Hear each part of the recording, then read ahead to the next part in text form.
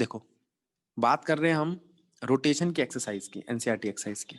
Question number 7.2 क्या कहता है, जरा ध्यान देंगे सारे बच्चे। क्वेश्चन में कहता है HCl का एक मॉलिक्यूल है, उसके बीच में जो सेपरेशन है, जो डिस्टेंस है H और Cl के न्यूक्लियाई में, वो है 1.27 आर्मस्ट्रॉन्ग। देखो क्या है, यह है आपका H, यह है आपका Cl, ठीक है। तो ये बन गया आपका HCl। अब जो HCl है उसके न्यूक्लियस के सेंटर ये और ये है,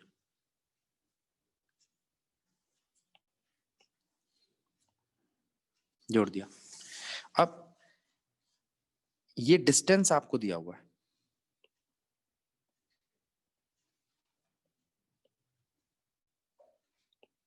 वन 1.27 आर्मस्ट्रॉन्ग।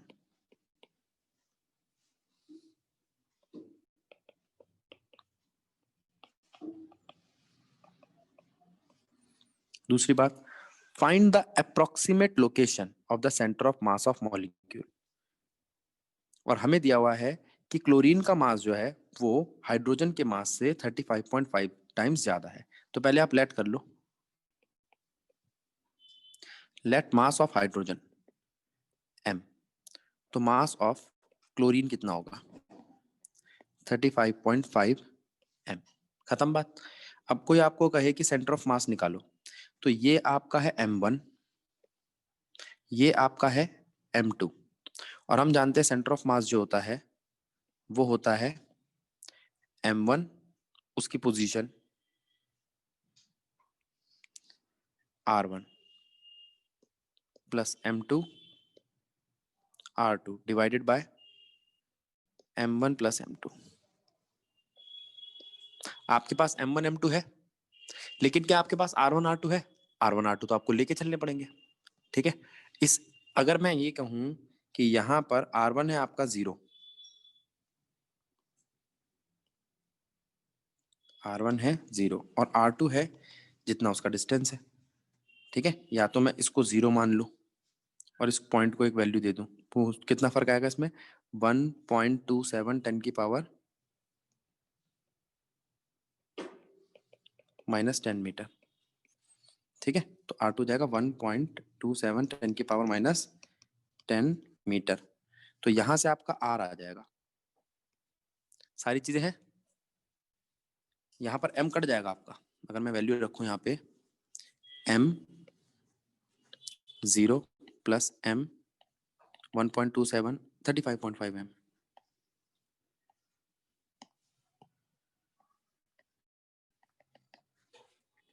इंटू 10 की पावर -10 मीटर अपॉन में M प्लस 35.5 M,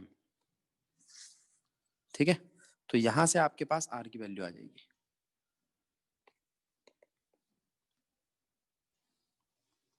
समझो इसको, और कोई दिक्कत? ध्यान दो बच्चों, अगर मान लो इस क्वेश्चन को मैं इस तरीके से बदल देता हूं, ये है H और ये है Cl, ठीक है, और इनके बीच का डिस्टेंस वही जो पीछे क्वेश्चन में था, लेकिन इस बार मैं इसको देख रहा हूं कोऑर्डिनेट से। और यहाँ पे एक चीज और है, यहाँ पे इस पॉइंट के लिए एक पोजीशन है और इस पॉइंट के लिए भी एक पोजीशन है, और ये है वही डिस्टेंस, ठीक है। जो ग्रीन वाली लाइन मैंने ड्रॉ की है ना, ये कौन सा डिस्टेंस है, जो अभी बताया था 1.27 इंटू 10 का -10 मीटर, ठीक है। पोजीशंस जो हो गई वो कैसे निकालोगे, अब आपको x1 देखो, यहाँ फॉर्मूला जो बनेगा ना वो ये बनेगा m1 x1 plus m2 x2 divided by m1 plus m2, ऐसे y के लिए बनेगा, बोलो। तो अब आप क्या करोगे, अब आप कहोगे कि भैया हम ना इसकी पॉइंट बनाएंगे। तो क्वेश्चन में कोई दिक्कत या समझ में आ रहा है? आप इसके पॉइंट क्या बनाओगे, एक x1 ये, एक x2 ये, एक y1 ये और एक y2 ये। ठीक बात है, गलत बात है? क्लियर है? चलो इसको अटेम्प्ट करना, ट्राई करना। अब नेक्स्ट क्वेश्चन पे चलते हैं। और देखो, इस क्वेश्चन में कहता है एक बच्चा है जो स्टेशनरी एक एंड पे खड़ा है एक लॉन्ग ट्रॉली के, ठीक है। देखो मैं बना के दिखाता हूं।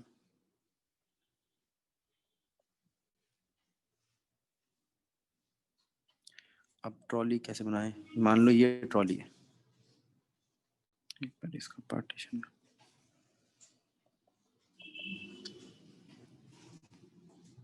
देखो ये ट्रॉली है, एक बच्चा उसके एक एंड पे खड़ा है, ठीक है। अब for a long trolley moving uniformly with speed v, ये जो ट्रॉली है ना, ये v वेलोसिटी से चल रही है on a smooth horizontal floor, ठीक है। ये लो ट्रॉली के पहिए बना दिए। अब if a child gets up, अब अगर बच्चा खड़ा होए और उस पर रन करना चालू कर दे, ठीक है, इन एनी मैनर, किसी भी मैनर में, what is the speed of centre of mass of trolley and child, या फिर सिस्टम, ठीक है। अब मेरी बात सुनो, फॉर होल सिस्टम, बाहर से कोई फोर्स लगी, अंदर ही सब कुछ हो रहा है, external force remain same according to question. Question के मुताबिक एक्सटर्नल फोर्स तो कोई लग नहीं रही, ठीक है, that is no change in momentum of system too, system के मोमेंटम में भी कोई खास चेंज नहीं आ रहा, ठीक है। अच्छा, यहां पर ना तो सिस्टम के मोमेंटम में चेंज आ रहा है, ना ही बाहर से कोई फोर्स लग रही है, तो यहां हो क्या रहा है, while there is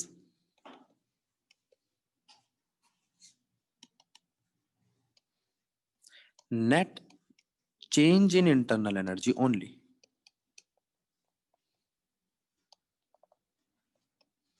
internal energy मत बोलो, internal force. So centre of mass of system remain same, क्योंकि बाहर से तो कोई चेंज नहीं है ना, अंदर की चीजें हिल डुल रही हैं, उससे कोई पूरे सिस्टम पे फर्क नहीं पड़ेगा। अगला क्वेश्चन उठाते हैं,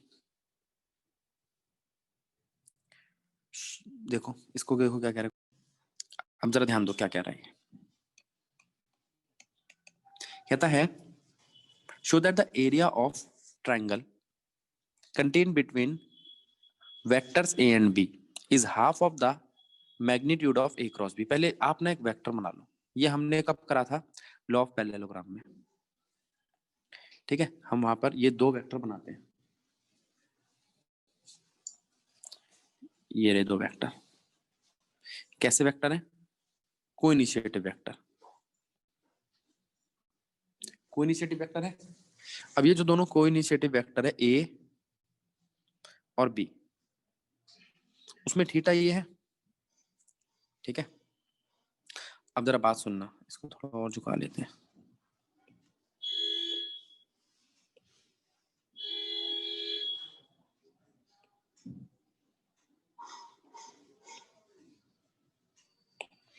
ठीक है। तो ये आपका ये है, इसको जोड़ना बेटा जरा, यहाँ पर कंस्ट्रक्शन करी हमने, ये ट्रायंगल को जो मर्जी नाम दे दो, पी क्यू आर, ठीक है। ये क्या है, ये जो आपको साइड दिखाई दे रही है क्यू आर,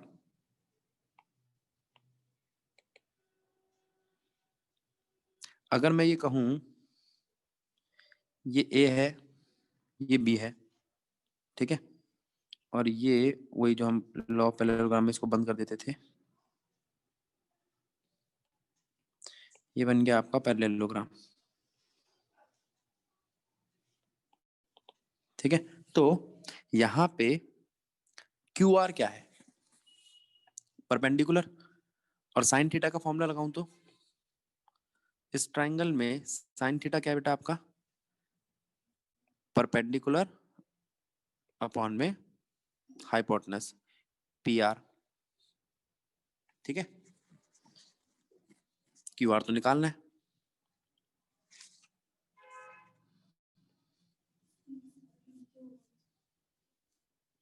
एक मिनट रुको, P Q, sorry, P Q, ठीक है। अब क्यू आर क्या है हमारा, ये तो हमें निकालना है। पी क्यू क्या है हमारा, वेक्टर ए, तो क्यू आर क्या आ गया, ए वेक्टर साइन थीटा। आसान है। अब ए वेक्टर साइन थीटा क्या है आपका, ये। अब हम एरिया का फॉर्मूला लगाएंगे। एरिया ऑफ ट्रायंगल क्या होता है बेटा,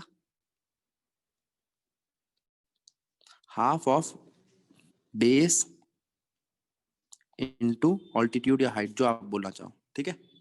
अब आपको यहाँ पर हाफ दिखाई दे रहा है, बेस क्या है, इसको पी एस नाम दे रहा हूं मैं, है, और हाइट क्या है, क्यू आर। तो हाफ इंटू बी इंटू ए साइन थीटा, ठीक है।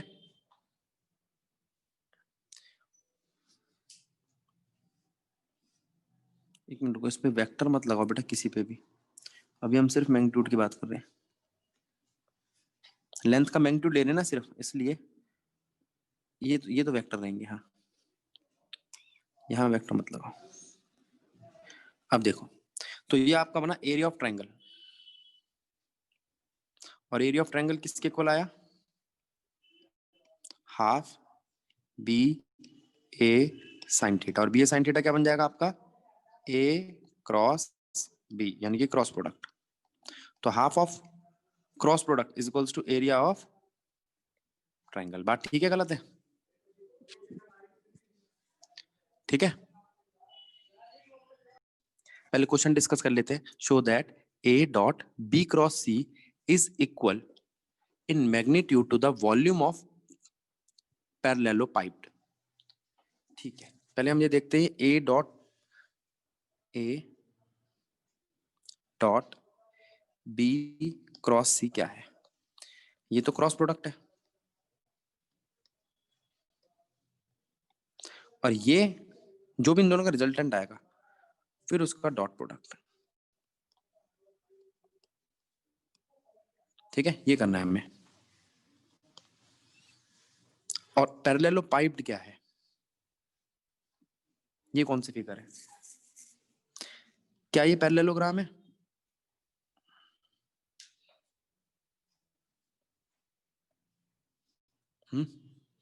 ठीक है ना। अब इसकी 3D बनाओ, देख लेना बन जाए तो ठीक, कठिन है, रुको।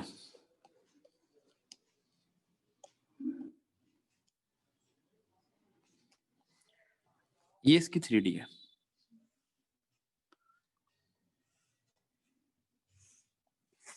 एक पाइप बन गया पूरा।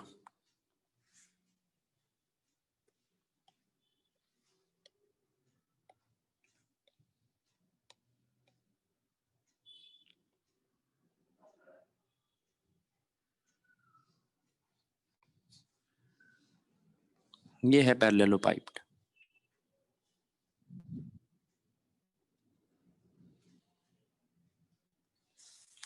समझ में आया। एग्जाम्पल दूं मैं आपको पैरेललोपाइप्ड का, तो आपने वो देखा है, शॉर्पनर होता है, ठीक है, जब नया खरीदते हो तो उसके साथ एक गत्ता आता है ना, वो पैरेललोपाइप्ड है। उसको ना थोड़ा सा टेढ़ा कर दो तो पैरेललोपाइप्ड। देखो, क्या आप ये कह सकते हो कि ये है उसकी एक साइड, देखो ये एक साइड है पैरेललोपाइप्ड की, ठीक है, एक स्क्वायर है एक साइड। अब आपको पता है जो एरिया होता है वो खुद वेक्टर है, बताया था मैंने, और उसमें साइड्स का, जहां साइड मल्टीप्लाई होती है उससे परपेंडिकुलर निकलता है। जरा ध्यान दो, ये एक वेक्टर, ये एक वेक्टर, ठीक है। ऊपर जाओ, हमने बी और सी ले लिया, इन वेक्टर्स को क्या नाम दे दिया, वेक्टर बी वेक्टर सी। इन दोनों का जब तुम क्रॉस प्रोडक्ट करोगे तो नॉर्मल आएगा। ये क्या है, normal to A and B and C, sorry, normal to B and C, ये बी और सी दोनों से नॉर्मल है। कौन? ये जो रिजल्टेंट है, ये रिजल्टेंट क्या है? यही है normal vector of area of parallelogram. बात ठीक है? तो ये तो नॉर्मल वेक्टर है, ठीक है। अब इस नॉर्मल वेक्टर को लो और अब ये देखो क्या जो सी है वो इसी की डायरेक्शन में, देखते हैं या ए जो तीसरी साइड है, थर्ड साइड जो इसी की डायरेक्शन में। देखो यही थी तुम्हारी शेप, थोड़ा 3D में गड़बड़ होगी बेटा, उससे काम चला लेना। ये थी तुम्हारी शेप, ये था तुम्हारा नॉर्मल। अब सी कहां बनाऊं मैं? अंदर जाता हुआ ना, ये जा रहा अंदर,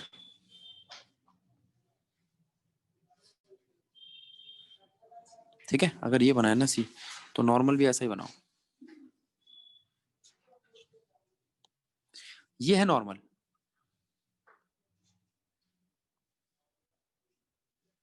अब जरा नॉर्मल देखो, क्या नॉर्मल की डायरेक्शन, क्या नॉर्मल की डायरेक्शन पैरेलल है सी के साथ? बोलो, नॉर्मल की डायरेक्शन पैरेलल है सी के साथ, और नॉर्मल की डायरेक्शन नॉर्मल है वेक्टर ए बी और सी ए के साथ है, ये ए है। एक तो सर दर्द कर दिया इस एबीसी ने, ये लो। अब ठीक है, बी और सी के साथ नॉर्मल परपेंडिकुलर है, नॉर्मल बी और सी के साथ परपेंडिकुलर है, और ए के साथ नॉर्मल है। अब जरा इधर आ जाओ, पहले आप लिखो तो ए क्रॉस बी क्या बनेगा? यहां से ए क्रॉस बी बनेगा ए बी साइन थीटा, ठीक है। अच्छा अब मेरी बात सुन, बी लिख दिया फिर से, ए क्रॉस बी नहीं, बी क्रॉस सी, बी क्रॉस सी बनेगा बी सी साइन थीटा, ठीक है। अब जरा ध्यान ध्यान दो, जो ए है वो बी और सी दोनों से 90 डिग्री पे है। कितने डिग्री पे है? तो नॉर्मल के लिए थीटा होगा आपका 90, और बी क्रॉस सी क्या आएगा? बी सी साइन 90, ठीक है। बी सी साइन 90, कोई दिक्कत? अच्छा अब बी सी साइन 90 क्या है आपका? Cross product. अच्छा अब वो कहता है angle between normal of B and C and A, B और सी के नॉर्मल और ए के बीच में एंगल कितना है? 0, 0 है। अब जरा ध्यान दो, ए का डॉट प्रोडक्ट निकालना है आपको बी या सी के साथ नहीं, दोनों के क्रॉस प्रोडक्ट के साथ, बी क्रॉस सी के साथ। अच्छा आप एक बात बताओ, ये बनना चाहिए ए, पहले इन दोनों को सॉल्व कर लो, बी क्रॉस सी को। बी क्रॉस सी क्या है तुम्हारे? बी सी साइन 90, साइन 90 का मतलब 1 ही होता है, वैसे नहीं भी लिखोगे तो काम चलेगा। तो ए और बी सी साइन 90 का डॉट प्रोडक्ट क्या होगा? A dot b c cos theta, और थीटा कितना है? तो ये आ गया ए बी सी। तो पैरेललो पाइप जो है उसका वॉल्यूम कितना होता है? तो volume of parallelepiped is equals to ABC is equals to A dot B cross C, ठीक है। समझो इस क्वेश्चन को, फिर आगे बढ़ते हैं। 1 मिनट लो और इसको समझो जल्दी। एक बार फिर से ध्यान दे लो बच्चों, यहां पर ये जो बी सी है, इसका जो जवाब है वो ये है एन। अब इसको देखो और इस ए को देखो, ये दोनों कैसे हैं? पैरेलल। तो यहाँ थीटा कितना है? 0 डिग्री। तो बस यही करा है लास्ट में, ठीक है। Find the components of, find the components along x Y z axis of a angular momentum l. अच्छा ठीक है, क्वेश्चन क्या है? एल एक वेक्टर है जिसमें एल एक्स होता है, एल वाई होता है, एल जेड होता है।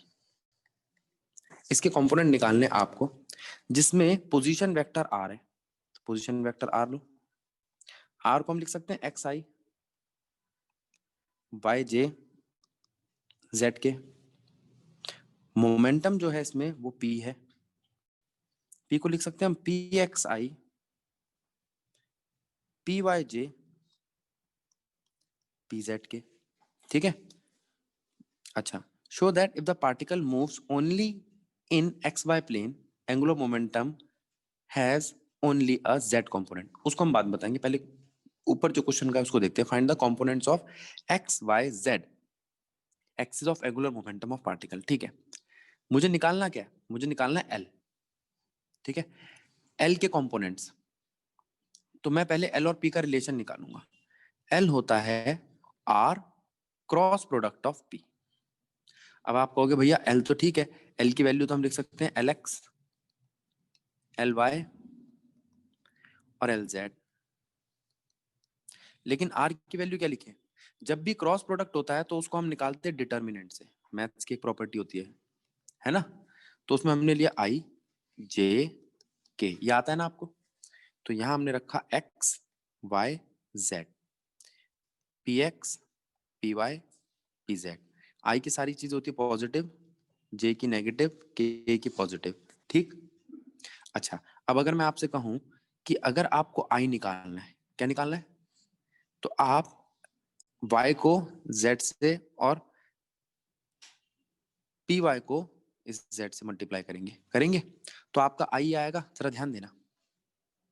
अब मैं देखो लिखूंगा किस तरीके से, आप तो एग्जाम में पूरा अपना उसी तरीके से लिखो जैसे लिखते हो, ये मैं तुम्हें समझाने के लिए लिख रहा हूं। L X I, L X I is equals to, L X I किसके इक्वल होगा, आई के इक्वल होगा। आई में क्या आ रहा है, वाई मल्टीप्लाई में P Z minus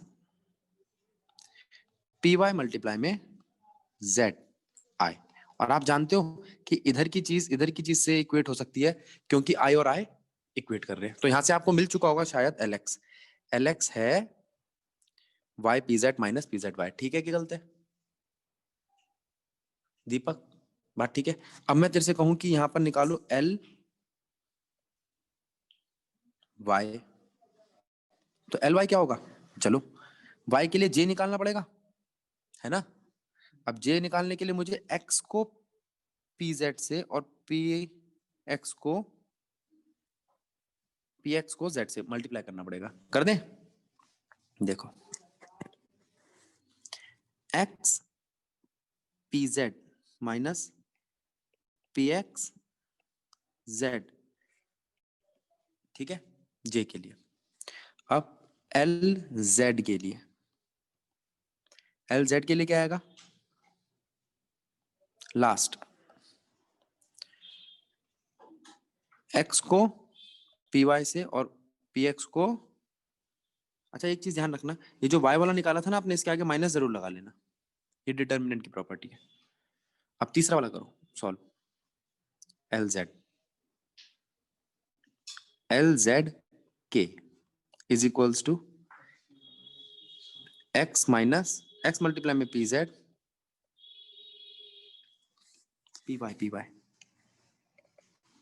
minus P X multiply में वाई के। हो गया एक पार्ट, पहला क्वेश्चन हो गया। दूसरा पार्ट, अच्छा इसको ऐसे मत दिखाना बेटा, आप तो पूरा प्रोडक्ट करके दिखाना, बाद में कंपेयर करना, मैंने तो सीधा कर दिया। ठीक है, अब समझाने के लिए कराइए। अब दूसरा पार्ट क्या कहता है, show that if the particle moves only in x Y plane, अगर पार्टिकल सिर्फ एक्स वाई प्लेन में ही मूव करता है, angular momentum has only Z component. चलो ठीक है, अब एक्स वाई प्लेन में मूव करता है इसका मतलब क्या है, ये देखो ये एक्स वाई प्लेन है, इसी केस में आपको एक्स वाई प्लेन दिख रहा है, बोलो। तीनों में से देखो, इसमें एक्स और जेड दिख रहा है, इसमें वाई और जेड दिख रहा है, एक्स वाई प्लेन तो यही है सिर्फ। तो एक्स वाई प्लेन में जब मूव करता है तो उसका मोमेंटम कहाँ होता है, as from above equation LZ is equals to x py minus px y. So if particle moves in xy plane, then angular momentum must be in z axis या z डायरेक्शन। बात ठीक है गलत है? इस क्वेश्चन को समझो फिर आगे। Two particles each of mass m and velocity v travel in opposite direction along the parallel lines separated by distance d। चलो पहले फिगर बनाते हैं। ये दो पैरेलल लाइंस हैं, दिख रही है? दो पार्टिकल्स बनाए,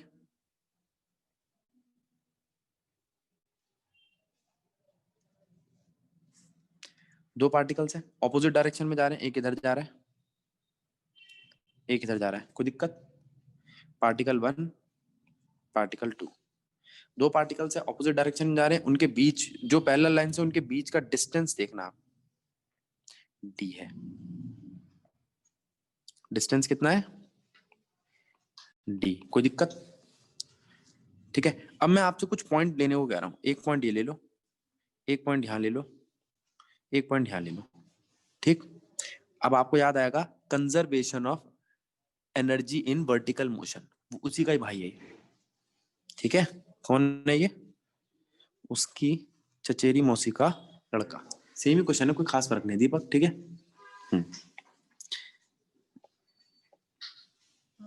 तो यहाँ पे एबीसी दिखाई दे रहे हैं। आप ये कह सकते हो कि भैया यहाँ पे ना एक डिस्टेंस है, ये इसको x कह लो, तो ये डिस्टेंस कितना हुआ? d minus x. कोई दिक्कत? अब मैं आपसे कहता हूं ये पार्टिकल m मास का है, इसकी वेलोसिटी भी है, ये पार्टिकल भी m मास का है और इसकी वेलोसिटी भी है, डायरेक्शन ऑपोजिट है, ठीक है। अब मुझे क्या निकालना है? Show that the vector angular momentum of two particle system is same whatever the point, ठीक है। अब पहले तो आप ये बताओ कि एंगुलर मोमेंटम होता क्या है? ये मल्टीप्लिकेशन है लीनियर मोमेंटम और परपेंडिकुलर डिस्टेंस का, ठीक है। अब मेरी बात सुनना, एट पॉइंट ए से जो एंगुलर मोमेंटम निकलेगा वो होगा L1 प्लस L2, यानी कि पहले पार्टिकल की वजह से और दूसरे पार्टिकल की वजह से, पहले पार्टिकल की वजह से और दूसरे पार्टिकल की वजह से। पहले पार्टिकल की वजह से ए पर परपेंडिकुलर डिस्टेंस क्या है? 0। क्यों? ये ए तो पहले पार्टिकल की लाइन में ही आ रहा है, और दूसरे पार्टिकल का कितना परपेंडिकुलर डिस्टेंस है ए के लिए? Complete D. बात ठीक है? ए पॉइंट के लिए पहले पार्टिकल का परपेंडिकुलर डिस्टेंस 0 है, लेकिन दूसरे पार्टिकल का परपेंडिकुलर डिस्टेंस क्या है? डी। तो आप कहोगे यहां आएगा एम वी 0 और यहां आएगा एम वी डी। इसे बोल दो इक्वेशन 1, ठीक है या गलत है? कोई दिक्कत? अब जरा ध्यान देना, at point B, B point कहां है भाई? एक्स डिस्टेंस पे, तो वहां पर क्या आएगा? एल बी नाम दे देता हूं उसको, एल ए नाम दे देता हूं, एल ए आया है M B D. L B कितना आएगा? एल बी आएगा फर्स्ट पार्टिकल की वजह से प्लस सेकंड पार्टिकल की वजह से। फर्स्ट पार्टिकल की वजह से कितना आ रहा है भाई? फर्स्ट पार्टिकल की वजह से कितना है? एम वी और डिस्टेंस है एक्स, और सेकंड पार्टिकल की वजह से एम वी और डिस्टेंस है डी माइनस एक्स। अगर इन दोनों को मल्टीप्लाई करोगे तो फिर दोबारा एम वी डी आ जाएगा, आ जाएगा? बोलो। ये हो गई आपकी equation second. Third, at point C, L C, फिर वही L1 प्लस L2। आपकी फर्स्ट पार्टिकल के लिए कितना है? एम वी डी पूरा, और सेकंड पार्टिकल के लिए तो फिर एम वी डी आ गया। तो थर्ड इक्वेशन भी वही है। तो हम यहां से कह सकते हैं कि एल ए बराबर है एल बी बराबर है एल सी के। तो मोमेंटम आपका क्या है? कंजर्व, चाहे जो मर्जी पॉइंट हो। That is angular momentum is,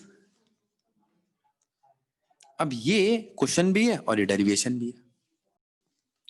question कहता है a non uniform bar of weight W, ये रही भाई नॉन यूनिफॉर्म बार जिसका वेट W है, is suspended at a rest by 2 string, जिसको हमने लटका रखा है 2 स्ट्रिंग से, ठीक है, ऑफ नेग्लिजिबल वेट, ठीक है, एज शोन इन फिगर। अच्छा मतलब इन स्ट्रिंग्स का वेट नहीं है अपना खुद का। The angle made by the strings with vertical are 36.9 और 53.1 डिग्री, जो एंगल बनाया जा रहा है इनसे वो है 36.9 एंड 53.1 डिग्री, ठीक है। The bar is 2 metre long, ठीक है, कैलकुलेट द डिस्टेंस d, इस d डिस्टेंस को कैलकुलेट करो। ये d डिस्टेंस आपको कैलकुलेट करना है, तो आप सबसे पहले काम करो, यहाँ टेंशन का फॉर्मूला लगाओ। देखो यहाँ बोल दो आप T1 लग रही है, यहाँ T2, ठीक है। तो यहाँ पर ऊपर की तरफ एक फोर्स लग रही है, ये यहाँ पे भी ऊपर की तरफ एक फोर्स लग रही है ये, ठीक है, और यहाँ पे लग रही है। ये कुछ नहीं है, मैंने टेंशन को रिजॉल्व कर दिया। आप ये जानते हो कि अगर ये थीटा है आपका 36.9 और ये थीटा है आपका 53.1, तो ये होगा T2 cos 53.1 और ये वाला होगा T1 cos 36.9। यहाँ पर होगा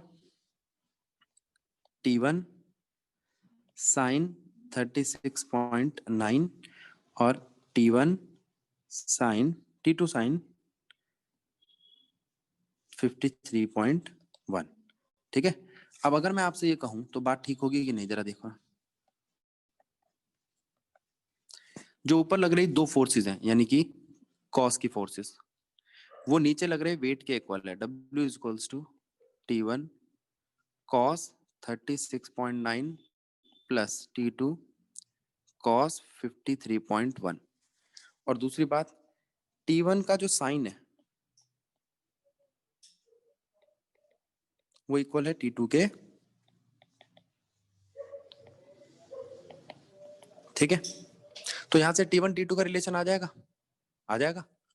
अब आप कहोगे भैया डी डिस्टेंस कैसे आएगा? तो आप क्या करोगे, डी डिस्टेंस और 2 माइनस डी डिस्टेंस पर टॉर्क लगा दोगे। परपेंडिकुलर फोर्स है T1, T1 T2 तो ऊपर से 2 इक्वेशन से आ जाएगा, ये पहली 2 इक्वेशन ली, इनसे T1 T2 की वैल्यू निकाल ली, ठीक है। 2 वेरिएबल्स के लिए 2 इक्वेशंस बहुत होती है, फिर चाहे एलिमिनेशन लगाओ, सब्स्टिट्यूशन लगाओ, जो मर्जी कर लेना, जो आपको मन करे। फिर उसके बाद परपेंडिकुलर फोर्स तो ये है ना, देखना बेटा, ये परपेंडिकुलर फोर्स और ये डिस्टेंस, ये परपेंडिकुलर फोर्स और ये डिस्टेंस है ना, एट इक्विलिब्रियम। जो टॉर्क होगा क्लॉकवाइज का वो इक्वल होगा टॉर्क एंटी क्लॉकवाइज के। तो परपेंडिकुलर फोर्स क्या है, T1 cos 36.9 मल्टीप्लाई में उसका डिस्टेंस छोटा d is equals to T2 cos 53.1 multiply में 2 माइनस डी। T1 T2 है, ठीक है, एंगल के हिसाब से आप कर ही लोगे काम, डी आ जाएगा। एक चीज ध्यान रखना, 36.9 और 53.1 को अगर मैं ऐड करूं तो 90 आ रहा है, तो यहाँ पे साइन या कॉस किसी को भी दूसरे में कन्वर्ट करोगे ना तो करना आसान हो जाएगा, ठीक है। ये तो जानते हो ना, जो साइन थीटा होता है वो कॉस 90 माइनस थीटा होता है, उसमें करके इसको कैलकुलेशन को आसान कर लेना। यहाँ से डी आ जाएगा। अच्छा क्वेश्चन है, इंपॉर्टेंट क्वेश्चन है। आगे चलते हैं, इस क्वेश्चन को रीड करो और बताओ मेरे को क्या करना है इसमें, ध्यान दो। देखो कह रहा है अ कार वेट 1800 kg, पहले सामान लिख लो सारा जो गिवन है।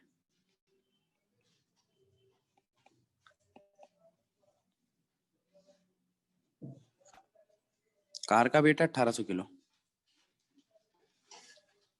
ठीक है। The distance between front and back axles is 1.8, ठीक है। The centre of gravity is 1.05 metre behind the front axle, determine the force exerted by the lever, ठीक है। ये देखो, ये है आपकी कार। अब इसके पीछे वाले जो टायर है उसको मैं नहीं दिखा रहा हूँ, दिखाना चाहो तो दिखा लो, ठीक है। ये कार हो गई, ये कार की पूरी चेसी दिखाई दे रही है आपको। इसमें यहाँ जो डिस्टेंस है ना बेटा इन दोनों के बीच में, फ्रंट और बैक एक्सल में, वो है 1.8।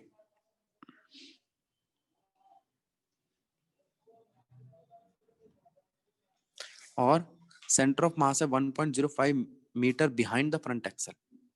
अब फ्रंट एक्सल ये रहा, इससे 1.5 मीटर पीछे यहाँ पे सेंटर ऑफ मास है, 1.05 मीटर पीछे, ठीक है।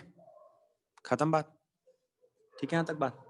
अच्छा, अब यहाँ पर आपके पास ये 1.8 मीटर का डिस्टेंस दिया हुआ है, मास दिया हुआ है और कुछ नहीं दिया हुआ, जी हम जानते हैं, ठीक है।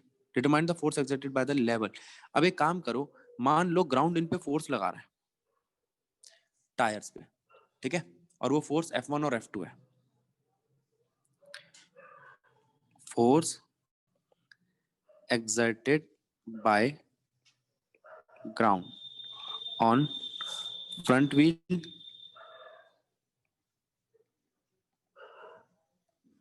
और बैक व्हील्स। फ्रंट व्हील में कितना लगा रहा है फोर्स F1 और पीछे वाली व्हील्स में कितना लगा रहा है F2, ठीक है। अच्छा, तो यहां से ये पता चलता है जो ये फोर्स F1 है इस ये इक्वल है वेट मल्टीप्लाई में 1.8 के, ठीक है। अब वेट कितना है आपका 1800 किलो, जी आप 10 ले लो आसान करने के लिए, 1.8 मीटर ये फोर्स है।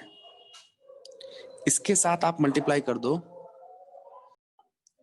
हाँ ध्यान दो बेटा, तो यहां पर ये फोर्स लिख दिया मैंने गलती से, फोर्स ने डिस्टेंस के साथ मल्टीप्लाई कर दो इसको, डी F1D कितना है आपका mg 1.8, ठीक है। और ये किसके इक्वल है,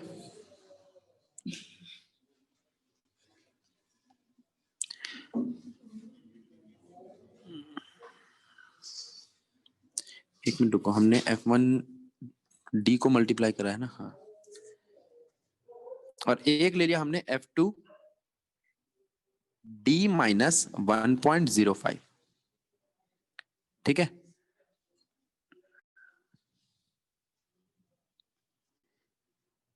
mg 1.8 माइनस 1.05, ठीक है। तो यहां से आपके पास F1 और F2 आ जाएंगे। पहले वाले में बेटा D 1.05 होगा, नहीं नहीं नहीं नहीं 1.8 होगा बेटा। इसमें मैं एक पॉइंट को ओरिजिन लेके चल रहा हूँ, एक ओरिजिन से 1.5 की दूरी पे और एक ओरिजिन से 1.8 की दूरी पे। सेंटर ऑफ ग्रेविटी को फिर आप ओरिजिन लेके चलोगे, मैं यहाँ सेंटर ऑफ ग्रेविटी को ओरिजिन नहीं लेके चल रहा। चलो ये कह रहे भाई सेंटर ऑफ ग्रेविटी को ओरिजिन लेके चलो, तो मेरे को ये लिखना पड़ेगा, एक को लिखना पड़ेगा 1.8 माइनस 1.5 और एक को लिखना पड़ेगा 1.05।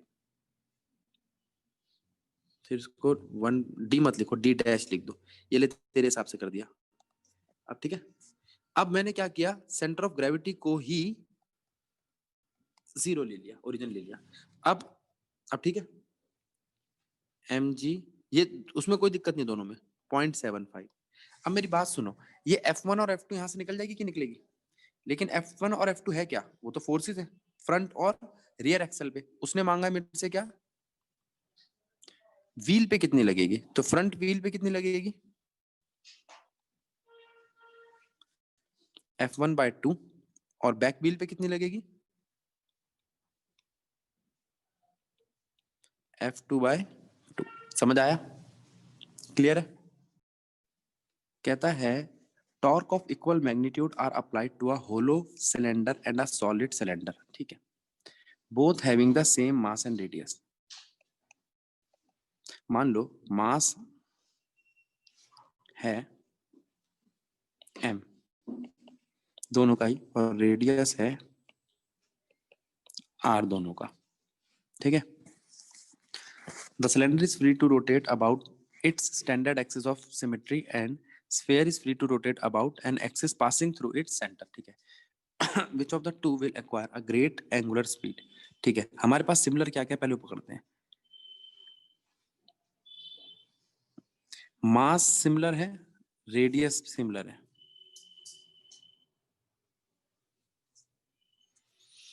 और कुछ सिमिलर है, टॉर्क इक्वल है। क्या इक्वल है? तो टॉर्क का फॉर्मूला लगाओ पहले तो। अब यहां पर आप सिलेंडर और स्फीयर की शेप को अलग कर रहे हो, यानी कि उनका मोमेंट ऑफ इनर्शिया अलग कर रहे हो।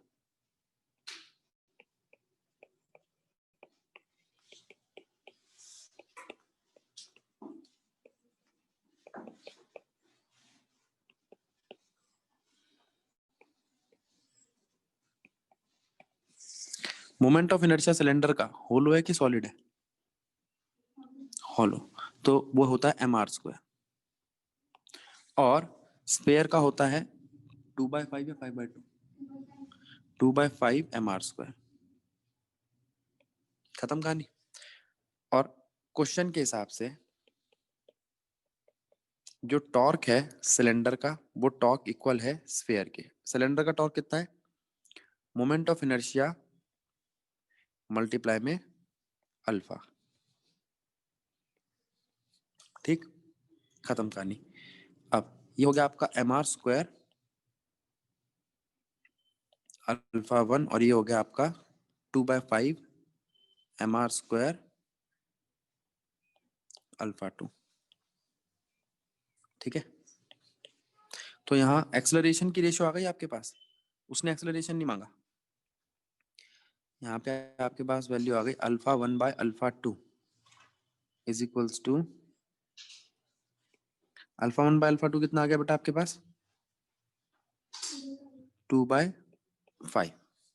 ये तो एक्सेलरेशन की रेशियो है। उसने हमसे किसकी रेशियो मांगी है? एंगुलर स्पीड की, ठीक है। अब यहां से आपको किसका एक्सेलरेशन ज्यादा दिखाई दे रहा है, स्फीयर का या सिलेंडर का? स्फीयर का। फ्रॉम हियर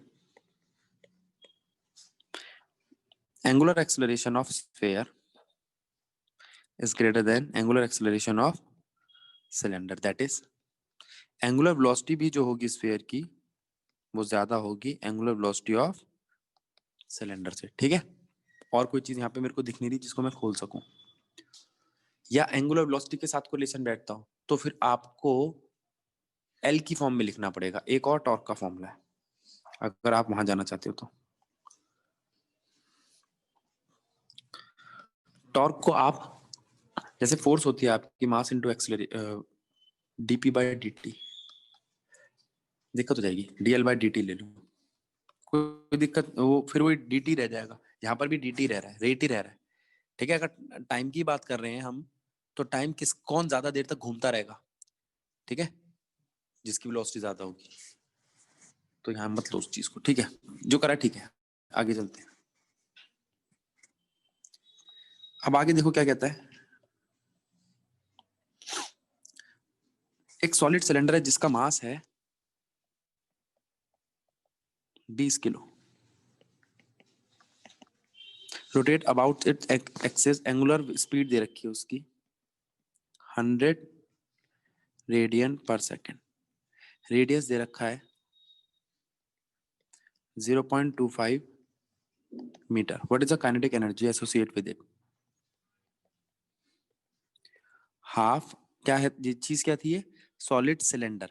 सॉलिड सिलेंडर के लिए हाफ I⍵² लगेगा।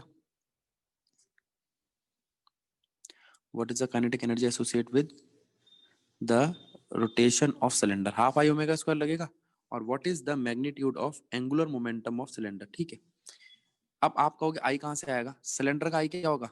ये सॉलिड है, mr²/2। आर है, ओमेगा है, सब कुछ है। ऊपर जो हमें रोटेशन दिया है, एंगुलर स्पीड दिया 100 रेडियन पर सेकंड, ठीक है। एक चीज को और समझा दूं मैं आपको बेटा, जो ओमेगा है ना उसकी यूनिट है रेडियन पर सेकंड। ठीक है, अगर कभी आपको यूं दिया हो ना रोटेशन पर सेकंड, तो वो फ्रीक्वेंसी है, वो ओमेगा नहीं है। तो आपको ओमेगा बनाना पड़ेगा 2 पाई न्यू करके, याद रहेगा, इसको नोट में डाल लो। ये कई बार गलती होती है, मैं भी कर देता हूँ। आरपीएम भी बोल सकता है उसको, आरपीएम या आरपीएस। आरपीएम का मतलब होता है रोटेशन पर मिनट, ठीक है, इस बात का ध्यान रखना। अगर आरपीएम दिया तो वो फ्रीक्वेंसी है, वो ओमेगा नहीं है, ठीक है, ये गलती हो जाती है। तो ये मैंने दोबारा चेक किया। अब एल निकालना हो तो एल भी हो जाएगा, आई ओमेगा। कोई दिक्कत? आसान क्वेश्चन था, आगे चलते हैं। A child stand at the center of turntable which has two arms outstretched, ठीक है। एक मिनट रुको, अब जरा ध्यान दो इस क्वेश्चन में क्या कह रहा है। एक बच्चा है जो किसी घूमने वाली चीज पे खड़ा है, ठीक है, ये खड़ा, उसने अपने हाथ खोल रखे हैं, हाथ खोल रखे हैं और हाथ बंद करने में उसमें चेंज आएगा, ठीक है। उसका मास अगर फैला हुआ है तो स्पीड कम है, अगर वो मास को समेट लेता है, सेंटर ऑफ मास के पास ले आता है, तो उसकी स्पीड तेज हो जाएगी। चलो ठीक है, अभी तो पहले इसके क्वेश्चन को सुनो क्या कह रहा है। उसकी एंगुलर स्पीड कितनी है? 40 रेवोल्यूशन पर मिनट, मतलब ये फ्रीक्वेंसी है, फ्रीक्वेंसी है 40 रेवोल्यूशन पर मिनट। पहले इसको सेकंड में कन्वर्ट करो, 40/60 रेवोल्यूशन पर सेकंड। अब इसको ओमेगा में कन्वर्ट करो, 2 पाई न्यू, ठीक है, हो गया काम। How much is the angular speed if you hold it's hand back, ठीक है। अब ये तो आपका ओमेगा है, ठीक है। अब एल क्या होता है? मास दिया बच्चे का? नहीं, एल होता है moment of inertia into omega, होता है, जैसा कि हम जानते हैं एल ही होता है। तो एल इनिशियली कितना था? एल इनिशियली था I1 ओमेगा 1 था, और एल फाइनली कितना हो जाएगा? I2 ओमेगा 2 हो जाएगा। लेकिन क्या ये बात ठीक नहीं है? According to law of conservation of angular momentum, कि एल इनिशियल बराबर होना चाहिए एल फाइनल के,